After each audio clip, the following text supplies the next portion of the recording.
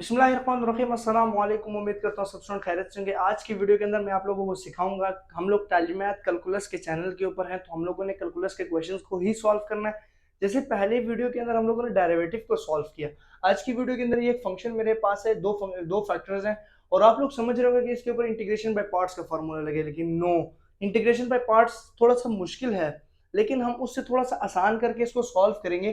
2x-1 x+3 इसे integrate करना है। तो हाउ टू इंटीग्रेट, हम इसको कैसे इंटीग्रेट कर सकते हैं, तो बड़ा ही आसान मैं आप लोगों को सिखाऊंगा। सिंपली आप लोगों ने क्या करना है, जब भी आप लोग किसी भी क्वेश्चन को, किसी भी फंक्शन को जब इंटीग्रेट करेंगे, तो आप लोगों ने एक चीज नोट करनी है। वो चीज ये होगी कि वो फंक्शन क्या पहले सॉल्व हो रहा है या वो इक्वेशन पहले सॉल्व हो रही है कि नहीं हो रही। अगर वो इक्वेशन पहले सॉल्व हो रहा है, सो इट्स मीन कि आप लोगों ने क्या करना है कि वो आपके पास इजीली सॉल्व होगा। लेकिन अगर आप इसके ऊपर डायरेक्ट इंटीग्रेशन बाय पार्ट्स का फार्मूला लगाएंगे, तो आप लोगों को इंटीग्रेशन बाय पार्ट्स का फार्मूला आना चाहिए, याद होना चाहिए। अब याद होगा ये नहीं होगा वो तो एक अलग बात है, लेकिन थोड़ा कॉन्सेप्ट लेंथी होगा, आंसर सेम ही आएगा लेकिन लेंथी। इससे अच्छा नहीं है कि आप उस इक्वेशन को सॉल्व कर लें और इस इक्वेशन के सॉल्व होने के बाद जो आपके पास आंसर आए आप उसको इजीली सॉल्व कर सकते हैं।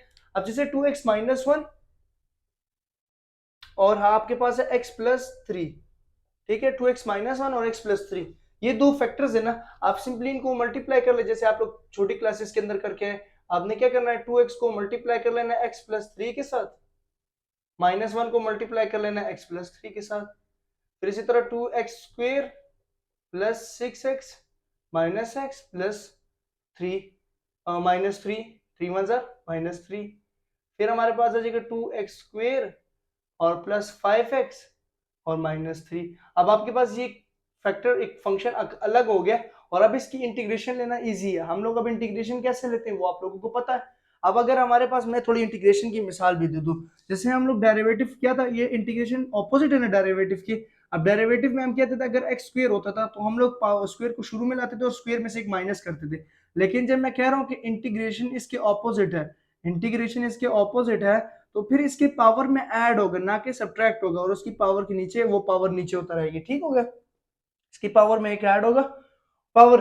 अच्छा, ये रूल निकला कहां से, ये रूल आपका निकला है यहां से, फंक्शन हो और फंक्शन का आगे डेरिवेटिव हो, फंक्शन हो, एक फंक्शन और फंक्शन का आगे डेरिवेटिव हो, तो हम तब लिख सकते हैं फंक्शन की power n+1 divided by n+1, ठीक है। अब जैसे एक्स क्यूब को समझा देता हूँ, आपके पास मसलन एक्स स्क्वायर है, तो एक्स का डेरिवेटिव क्या होता है, 1, तो 1 तो आगे मौजूद है, तभी हम इसका एक्स क्यूब डिवाइडेड बाय 3 करते हैं। मसलन पावर में ऐड किया और पावर नीचे, तो ये हम इस लॉ के जरिए हम लोग इसका डेरिवेटिव सॉल्व करते हैं। ये लॉ है हमारे पास, ये रूल है हमारे पास, तभी हम लोग इसके अंदर ये पावर रूल यूज कर सकते हैं कि फंक्शन और फंक्शन का आगे डेरिवेटिव हो।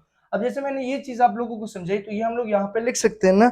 सो वी राइट दिस इंटीग्रेशन और 2x² प्लस 5x माइनस 3, ठीक है, और यहाँ पे dx भी था, सॉरी, तो ये dx भी आ जाएगा, ठीक है, विद रिस्पेक्ट टू x हो रहा है ना, विद रिस्पेक्ट टू x। अब नेक्स्ट स्टेप में हमारे पास क्या होगा कि सबके ऊपर इंटीग्रेशन अलग ले लेंगे, 2x² dx plus 5x integration dx minus integration 3 of dx।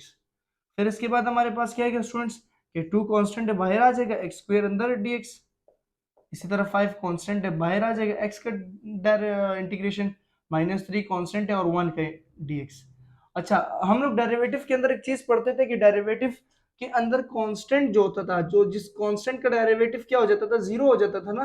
मतलब कोई x का डेरिवेटिव लेते थे या किसी भी कांस्टेंट का डेरिवेटिव लेते थे, मसलन 1 का, तो वो जीरो हो जाता है। लेकिन इंटीग्रेशन में ये चीज नहीं होगा। इंटीग्रेशन में अगर 1 की इंटीग्रेशन है और साथ dx है, जो भी वेरिएबल, तो वो वेरिएबल आ जाएगा, ठीक है। और वहां पे हमारे पास क्या था, कांस्टेंट, ये चीज समझ आ गई। यहाँ पे बस एक ये डिपेंडेंट चीज है। अब यहाँ पे ये देखिए कि इसका फंक्शन आगे मौजूद है ना, 2x², तो x का डेरिवेटिव 1 आगे मौजूद है, तो फंक्शन का आगे डेरिवेटिव है, तो हम रूल अप्लाई करेंगे। ये रूल मैं आपको क्लियरली लिख लेता हूँ ताकि आप लोग कंफ्यूज ना हो। ये रूल होता है इस तरह के, फंक्शन है, इंटीग्रेशन और फंक्शन का आगे डेरिवेटिव है, सो आप लोग dx भी साथ, ठीक है, जो भी फंक्शन, और आप लोगों ने क्या करना है कि फंक्शन की पावर में से एक ऐड करना है और उसी के पावर को नीचे लिखना है, प्लस कांस्टेंट, ठीक है।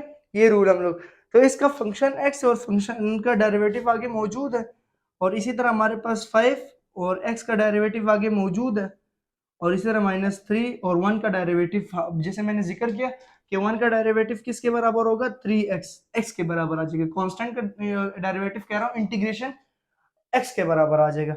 अब ये प्रॉपर्ली सारे इंटीग्रेशन सॉल्व हो जाएंगे तो हमारे पास 2, अब इसकी पावर में एक ऐड हो जाएगा 3 और 3 नीचे भी लिख लेंगे, प्लस इसी तरह 5 और इसकी पावर में भी एक ऐड हो जाएगा तो 2 और 2 को नीचे लिख लेंगे, फिर इसी तरह -3x प्लस c। तो ये इसका क्या आ गया, प्रॉपर आंसर आ गया। तो अगर इसको आप प्रॉपर लिखना चाहते हैं 2/3 x cube plus 5/2 x square minus 3x plus c, तो ये आपके पास क्या आ गया स्टूडेंट्स, इंटीग्रेशन का आंसर। हम लोगों ने इस फंक्शन को इंटीग्रेट किया तो इसका आंसर ये आ गया। मसलन अगर हम लोग इसे इंटीग्रेट करेंगे तो ये आएगा। अब x के अंदर कोई भी नंबर होगा वो पुट करेंगे तो हमारे पास आंसर आ जाएगा। सो आई होप आपके इस वीडियो से आप लोगों ने सीखा होगा कि कैसे किसी दो फैक्टर्स आपस में मल्टीप्लाई हो रहे हैं। तो हम लोगों ने इंटीग्रेशन बाय पार्ट नहीं लगाना, क्योंकि इंटीग्रेशन बाय पार्ट लगता है u डॉट वी पे। अब u डॉट वी का मतलब है कि कोई दो फंक्शंस हैं, ठीक है, दो फंक्शंस का आपस में क्या है रिलेशन है, मतलब एफ ऑफ एक्स और जी ऑफ एक्स। तो हम लोग इंटीग्रेशन बाय पार्ट लगाते हैं, मतलब एक किस्म का प्रोडक्ट रूल। सो इसी तरह यहाँ पे भी प्रोडक्ट रूल लग सकता है, वही आंसर आएगा, बट प्रॉब्लम क्या है कि वो याद रखना पड़ेगा। तो इससे अच्छा आप लोग इसको फॉलो करें तो आप लोग सॉल्व कर लेंगे। सो आई होप स्टूडेंट्स आज की वीडियो के अंदर आप लोगों ने इंटीग्रेशन के क्वेश्चन समझ लिए। तो इस तरह के और वीडियोस के लिए आप मुझे फॉलो कर सकते हैं। टैली मैथ कैलकुलस को सब्सक्राइब कर दीजिए। फॉर मोर वीडियोस के लिए शुक्रिया।